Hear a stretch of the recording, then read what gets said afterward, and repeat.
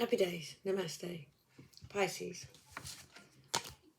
The 24th to the... Happy days. Namaste. Pisces.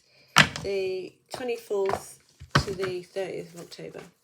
As there are 5 cards, 1 overall, and then 4 either beginning, middle, and end of the week. I'll remember at the end of the week there is... I am blessed with an abundantly spiritual life. Beginning, middle, and end of the week. At the end of the week, it is the time when the vow will be thinning. So if you've got any questions, save them up and ask them then. And we meditate on that time. I'm blessed with an abundantly spiritual life. So in anything going forward, you need to remember this. This is the most important thing right now for you to remember. That struggle in the 3D world is struggle in the 3D world, and you actually have a major aspect of God inside of you. Remember, God is inside of us. The kingdom of God is within you. So tap into that to ask anything this week, anything before you do anything. Tap into that and follow your intuition.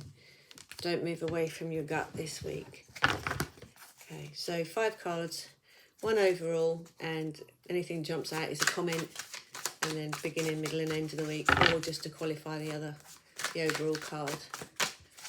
Let's see. I think last week it was like you had a plan, but you need to tweak it, wasn't it? Let's see. Did you tweak your plan? Is it going all right? No. Okay. So we have rest, recuperation, reward. So you should be having a rest, to be honest. You should be having a rest from things. I know you might have things that you have to go out and do, but you should be having a rest and a recuperation and a reward. So maybe this is where your spiritual life is going in. Maybe you feel there's a struggle that needs to go on, and maybe all you need to do is ask for the universe to provide whatever it is that you need, or to make this the easiest transaction that you've ever had in your life, because what's going on behind the scenes with the spiritual world is there to actually help you and make it very, very easy, so you can take the struggle out of whatever it is you have to do this week. So rest in the idea that you are having an abundantly spiritual life, and just basically bank on that to actually get you through. So do ask the questions and follow the intuition this week, because you should be having a bit of a reward coming in, a bit of a...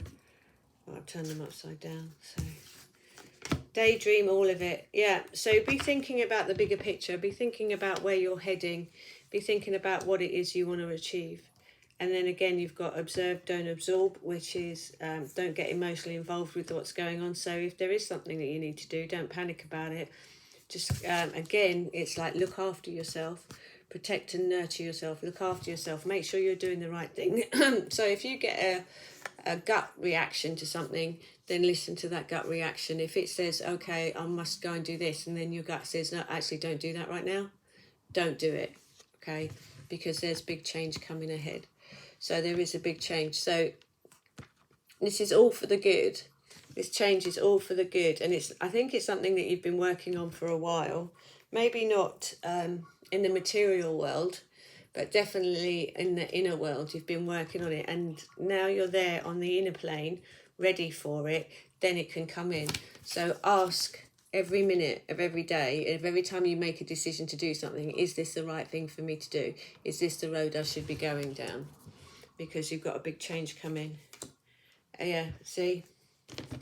And you can be on top of the wheel or the bottom of the wheel, but you need to have this centre of space, which is where you can't be phased. So don't be phased by the 3D world this week.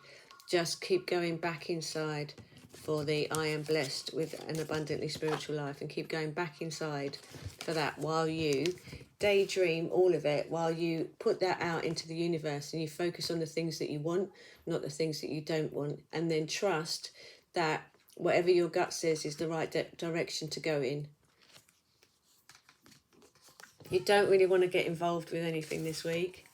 You don't really want to get involved with emotional pushes, you know, like your ego pushing, you must. If it's like, you must do this now, you must sign on this dotted line now, you must do this, then take a look and go inside and ask the question, Because is it really a must, or is that your ego going, right, okay, I'm feeling a bit vulnerable right now because I'm not feeling as safe as I stood, because you're changing so much and you're making different choices for yourself, and I don't know how to keep you safe. Or in order to keep you safe, we must do this, we must do this.